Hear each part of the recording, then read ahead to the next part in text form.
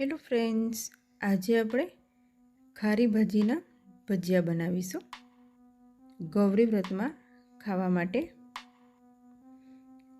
હવે ખારી ભાજી લીધી છે અને એને આ રીતે એક એક કરીને સાફ કરવાની છે.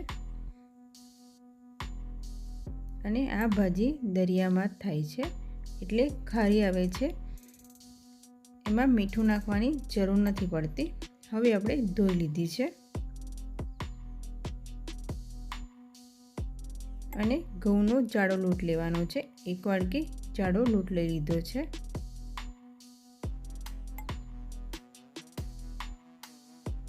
પછી આપણે ભાજી એડ કરીશું.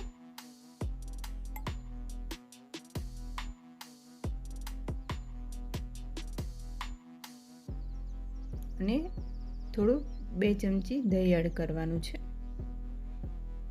1 ચમચી મરી પાવડર એડ કરીશું અને બરાબર મિક્સ કરી લઈશું. મારી ચેનલ ઉપર નવા આવ્યા હોય તો લાઈક અને સબસ્ક્રાઈબ જરૂરથી કરી દેજો.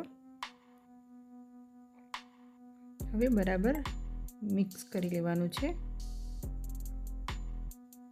પછી એમાં પાણી એડ કરીશું.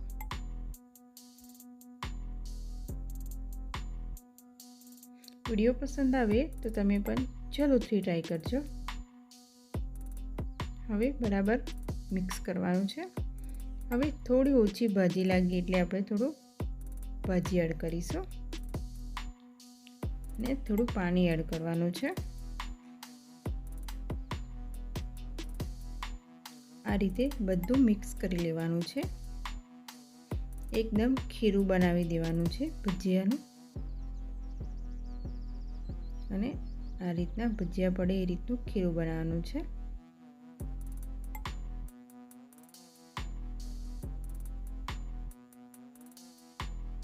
વિડીયો પસંદ આવે તો તમે પણ જરૂરથી ટ્રાય કરજો. હવે આપણે તરી લઈશું. એક એક કરીને મૂકી દેવાના છે.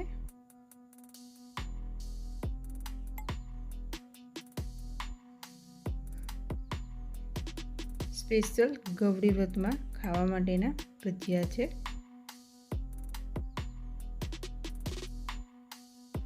હવે આ રીતના બધા જ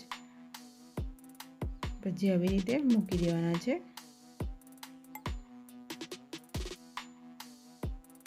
હવે હલાવી દઈશું.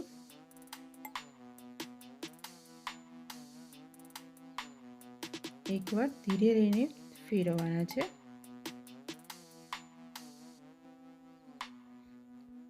ગેસ એકદમ ધીરો રાખીશું એટલે એકદમ ક્રિસ્પી થાય એવા ભજીયા બનાવવાના છે.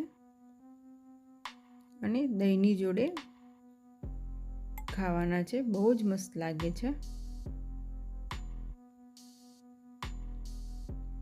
હવે સરસ એવા ભજીયા બનીને રેડી થઈ ગયા છે. હવે આપણે કાઢી લઈશું.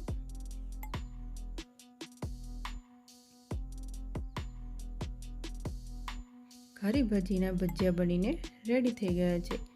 મારી ચેનલ ઉપર નવા આવ્યા હોય તો લાઈક અને સબસ્ક્રાઈબ જરૂરથી કરી દેજો.